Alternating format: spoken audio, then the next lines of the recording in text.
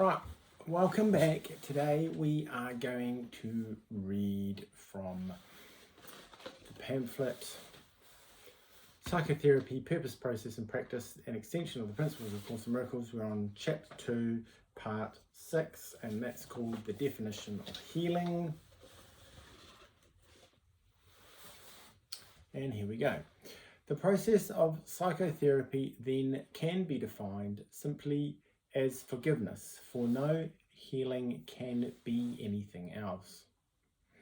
The unforgiving are sick, believing they are unforgiven. The hanging on to guilt, its hugging close and sheltering, its loving protection and alert defense, all this is but the grim refusal to forgive. Quote, God may not enter here, end quote. The sick repeat over and over while they mourn their loss and yet rejoice in it. Healing occurs as a patient begins to hear the dirge he sings and questions its validity.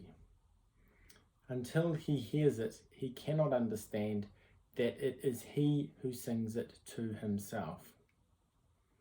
To hear it is the first step to recovery. To question it must then become his choice. There is a tendency, and it is very strong, to hear this song of death only an instant and then dismiss it uncorrected. These fleeting awarenesses represent the many opportunities given us literally to, quote, change our tune. The sound of healing can be heard instead. But first, the willingness to question the, quote, truth of the song of condemnation must arise. The strange distortions woven inextricably into the self-concept itself but a pseudo-creation make this ugly sound seem truly beautiful. Quote, the rhythm of the Quote, the rhythm of the universe, end quote, quote, the herald angel's song, end quote, all these and more are heard instead of loud, discordant shrieks. The ear translates, it does not hear. The eye reproduces, it does not see. Their task is to make agreeable whatever is called on, however disagreeable it may be. They answered the decisions of the mind, reproducing its desires and translating them into acceptable and pleasant forms. Sometimes the thought behind the form breaks through, but only very briefly, and the mind grows fearful and begins to doubt its sanity. Yet it will not permit its slaves to change the forms they look upon, the sounds they hear. These are its quotes, remedies, its quote, safeguards from insanity.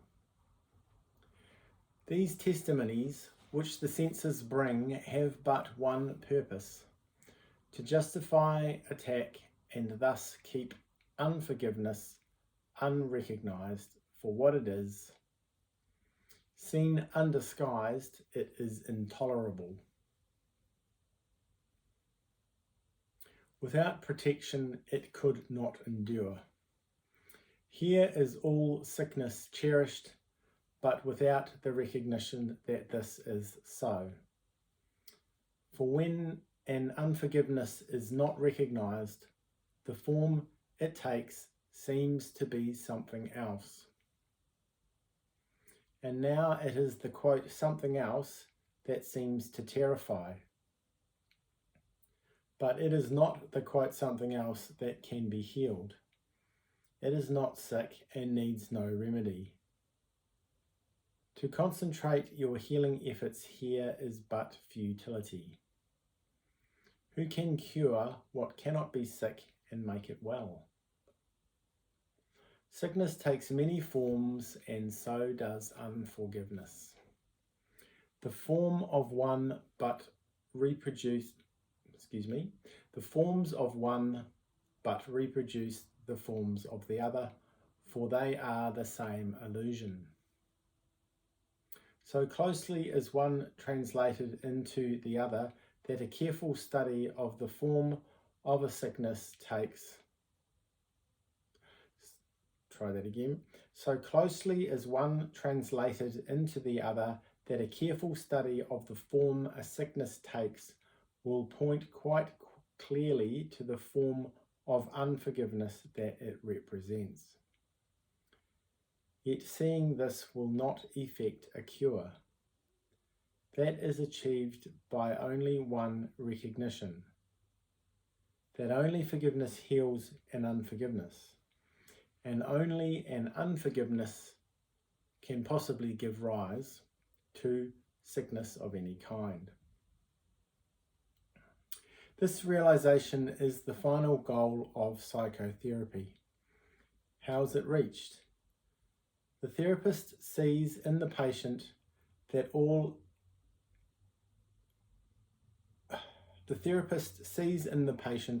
that he has not forgiven in himself, and is thus given another chance to look at it, open it to re-evaluation, and forgive it.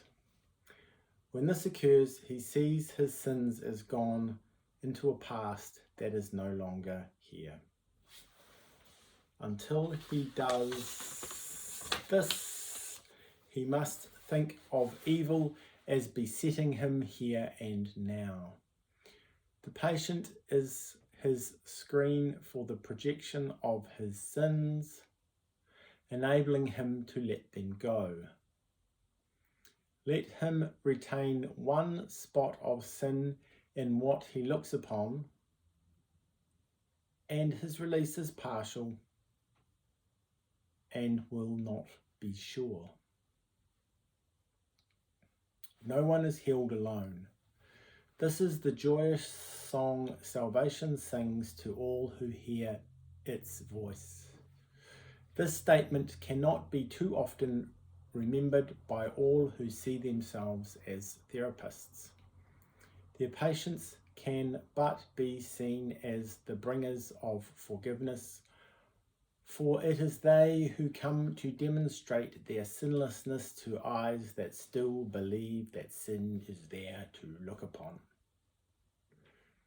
Yet will the proof of sinlessness seen in the patient and accepted in the therapist offer the mind of both a covenant in which they meet and join and are as one.